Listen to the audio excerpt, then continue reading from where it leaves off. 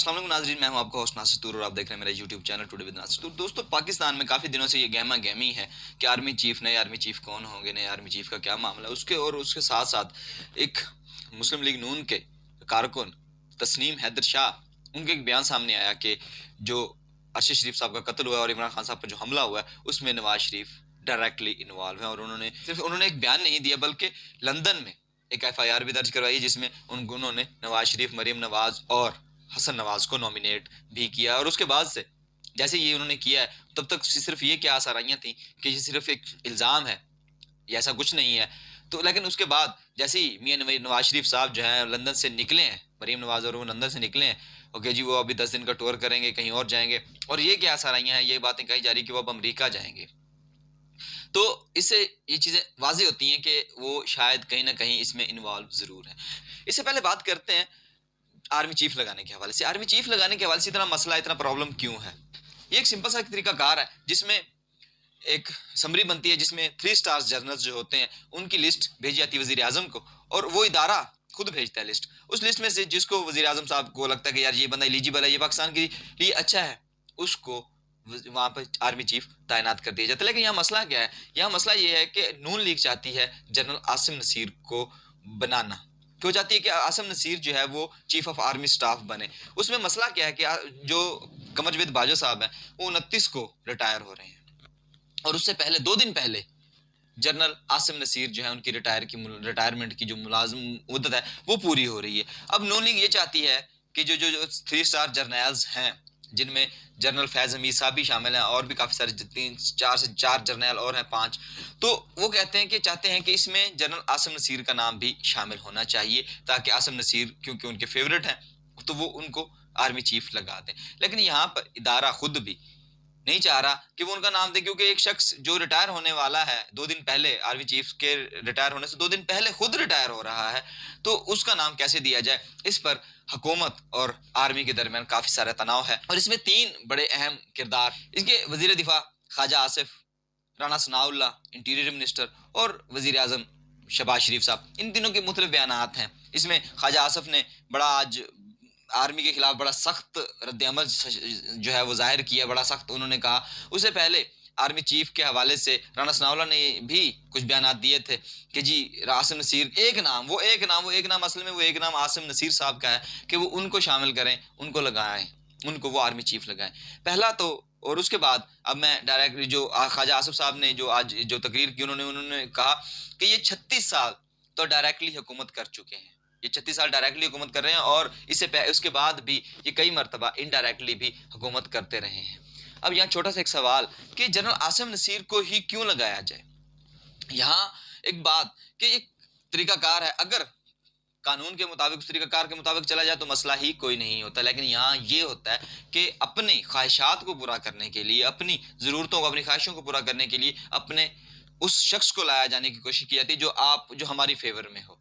यहाँ से मसाइल शुरू होते हैं। जब आपकी कोई मजबूरी होती है तो आप किसी शख्स को लेके आते हैं, और जब आप अपनी किसी मजबूरी के तहत उसको लेके आते हैं तो वो फिर आपकी मजबूरियों से फ़ायदा भी उठाता है। और इस तरह से मुल्क में जो एक फ़िज़ा, एक ऐसी अफसुर्दगी की फ़िज़ा बनती है कि जो लोगों का कहना होता है कि जो भी हुकूमत आती है वो इस्टेब्लिशमेंट खुद लेके आती है, तो इस तरह से इस्टेब्लिशमेंट खुद जो है वो बदनाम होती है। इस तरह से इस्टेब्लिशमेंट मज़ीद बदनाम हो भी रही है। अभी 2 तरह के मामलात हुए, एक तस्नीम हैदर शाह का जैसे बयान आया उससे नवाज शरीफ के हवाले से, और उससे अगले दिन ही एक एंकर पर्सन ने आके ये कहा कि जी कमर जवेद बाजवा साहब कितने असासे हैं और 6 साल के इस अरसे में ये कितने कहाँ से कहाँ पहुँच गए, ये कितने स्ट्रांग हो गए हैं। ये सारे मामलात एक दूसरे के ऊपर कीचड़ उछालने के मामलात हैं। इन सब के बारे में ये सब कुछ क्या है? ख्वाजा आसिफ के इन बयानात के बाद कि वो कहते हैं कि जी जो जितना टाइम अभी दिया जा रहा है नए आर्मी चीफ की तैनाती के लिए वो कम है, 2 दिन में फैसला करना मुमकिन नहीं है। क्यों मुमकिन नहीं है जी? अगर वो 27 को या 28 को भेजते हैं, 29 को रिटायर हो रहे हैं, आप एक दिन पहले एक नाम सेलेक्ट कर लें उनमें से। नहीं अगर आपको पसंद तो उसी वक्त, क्योंकि आजकल कोई इतना लंबा चौड़ा प्रोसेस तो है नहीं, आप कहें कि जी ये लेटर आने में कई दिन लगेंगे, लेटर जाने में, आप एक लेटर टाइप करें, उसको स्कैन करके भेज दें, उनको इदारे को भेज दें, इदारा उसी वक्त आपको नया लेटर बना के नए नाम शामिल करके उसमें 3 स्टार्स जर्नल्स के नाम शामिल करके उसको दे दे। लेकिन यहाँ मसला है कि हमेशा नून लीग ने ये कोशिश की है कि वो अपना मन चाहा पसंदीदा शख्स लेके आए, और कभी कभी से वो नीचे से भी एक शख्स को लेके आते हैं, लेकिन उनको मुंह की खानी पड़ती है। क्यों? क्योंकि जो वो इदारों को और इंस्टीट्यूशंस को और हर चीज को अपने कंट्रोल में रखना चाहते हैं। जैसे बादशाह जैसा एक जहन उनका बन चुका है कि हम इस मुल्क के किंग हैं, बादशाह हैं, और हम जो चाहेंगे करेंगे। तो जब इदारों को और ऐसी चीज़ों को कंट्रोल करने के लिए ऐसा कुछ किया जाता है तो वहाँ पर मसाइल पैदा होते हैं। आज ख्वाजा आसिफ साहब को ये चीज़ नज़र आ रही है कि 36 साल जो है आर्मी ने हुकूमत की और इनडायरेक्टली भी हुकूमत कर, तो आप लोगों ने ही मौके दिए ना, आप लोगों ने ही कहा उनको, आप लोगों ने कहा कि जी हम, आपने मिन्नतें की, तरले की कि जी हमें आने दें, हमें मेहरबानी करें, हमारा साथ दें किसी तरह से।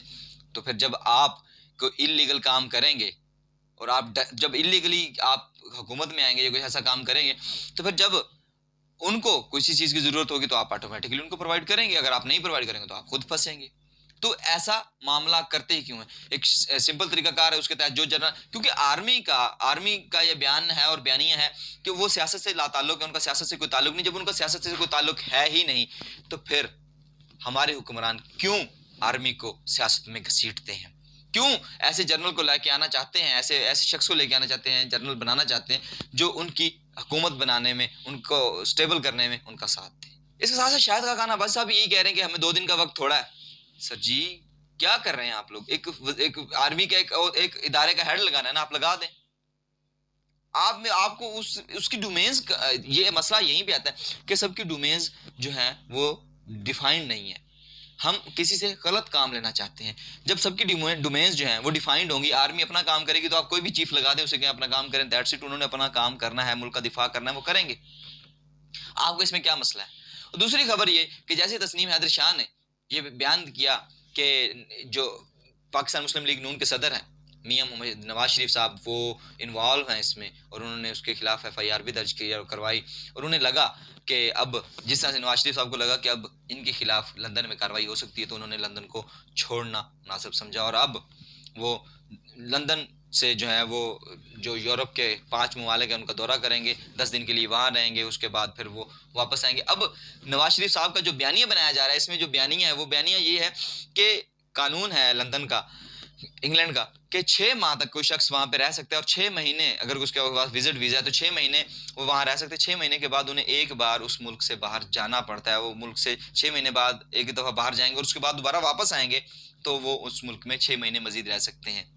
अब अगर ये बयानिया यहीं पर दम तोड़ देता है कि अब तक 3 साल तक तो मियां नवाज शरीफ वहां पर मौजूद थे, अब तक तो उनको वहां से बाहर जाने की जरूरत पेश नहीं आई, अब तक तो उनको वहां से बाहर जाने की जरूरत पेश नहीं आई, लेकिन अब लंदन से बाहर जाने की जरूरत कैसे पेश आई? क्यों पेश आई? कि अचानक से उन्होंने याद आया कि अब उन्होंने लंदन से बाहर जाना है ताकि वो 6 महीने तक दोबारा वापस आए, 2 दिन बाहर गुजार के या 10 दिन बाहर गुजार के दोबारा, ताकि वो दोबारा 6 माह तक रह सकें। और एक और अहम चीज़ कि यहाँ जो लोग भी आपसे ये कहते हैं कि मियां नवाज शरीफ साहब अपना इलाज करवाने लंदन गए हुए हैं और वो इलाज करवा कर वापस आएंगे, तो आपने उनसे लड़ना नहीं, झगड़ना नहीं, आपने उससे कुछ नहीं कहना, और सिर्फ उसके लिए दुआ करनी है कि या अल्लाह इसकी ज़हनी हालत को सही कर दे, इसको शऊर अता कर। क्योंकि वो शायद ये भूल चुके हैं कि मियां नवाज शरीफ साहब जो सफ़र नहीं कर सकते, जो इलाज करवाने गए हैं, वो 10 मुल्कों का दौरा कर सकते हैं, 10 मुल्क घूम ज़रूर सकते हैं वो। अल्लाह इन सबको हिदायत अता करे। और उसके अलावा एक अहम चीज़ कि जब कोई भी इदारा या कोई भी शख्स अपनी नाजायज़ ख्वाहिशों को पूरा करने के लिए कोई गलत तरीका इस्तेमाल करेगा तो वहाँ पर मसाइल होंगे, और पाकिस्तान में यही सब कुछ होता है। क्यों? ये मैं कई दिनों से सुनता आ रहा हूँ कि आर्मी चीफ कौन होगा, आर्मी चीफ कौन होगा। आर्मी चीफ के लगाने पर ही सारी सियासत घूमती है। अगर आप लोगों की, अगर आर्मी चीफ के लगाने पर ही, आर्मी चीफ पर ही आपकी सारी सियासत घूमती, तो आप कहाँ हैं? आपकी पॉपुलैरिटी कहाँ है? आप आवाम के साथ नहीं है, आप आवाम के साथ सिंसियर नहीं है। या अगर आपने इसी तरह से ही हुकूमत में आना है कि आर्मी से कहें, इस्टेब्लिशमेंट से कहें, फलां से कहें, फलां से मिन्नत तरले करके ही आना, तो फिर आप इलेक्शन करवाते क्यों? इलेक्शन का ये ड्रामा होता ही क्यों है? आवाम को डायरेक्टली कह दिया जाए, आवाम का करोड़ों रुपया, अरबों रुपया इलेक्शन पे क्यों खर्च कराया जाता है, जिससे आप, अगर आपने ऐसा ही करना है तो आप इलेक्शन ही ना करवाएं। सिंपली आपको पता है कि फैसले अगर वहीं होने हैं, वहीं से फैसले होने, तो आप अपना जिसको मर्जी वजीर आजम बनाए, जिसको मर्जी सदर बना दे, जिसकी मर्जी हुकूमत बनानी बनवा दे।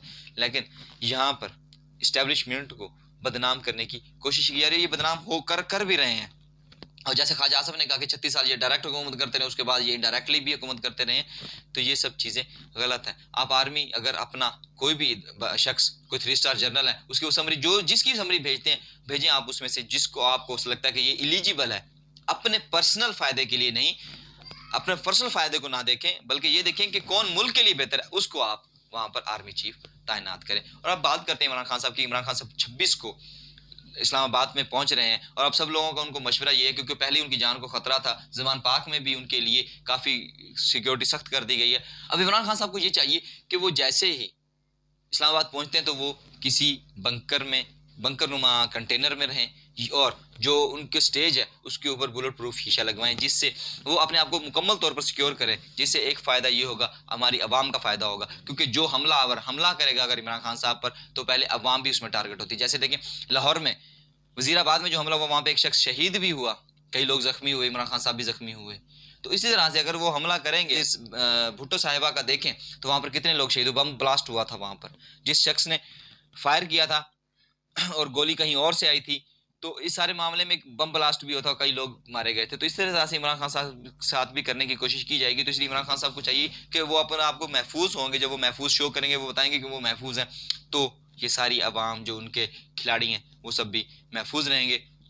देखें इस हवाले से इमरान खान साहब की क्या स्ट्रेटजी होती है और नए आर्मी चीफ के हवाले से नया क्या सामने आता है, और मियां नवाज शरीफ साहब क्या करते हैं, उनका बयानिया अब दोबारा चलेगा या नहीं, या मियां नवाज शरीफ साहब दोबारा लंदन जाएंगे, या जो कहा जा रहा है कि वो अमेरिका जाएंगे, क्या वो अमेरिका जाएंगे। मिलते हैं इंशाल्लाह नेक्स्ट वीडियो में। मजीद अपडेट्स के लिए इस चैनल को सब्सक्राइब करें और बेल आइकन को प्रेस कर दें, ताकि आप हर लम्हा बाखबर रहें। मिलते हैं इंशाल्लाह नेक्स्ट वीडियो में, तब तक के लिए इजाज़त दीजिए। अल्लाह निगहबान।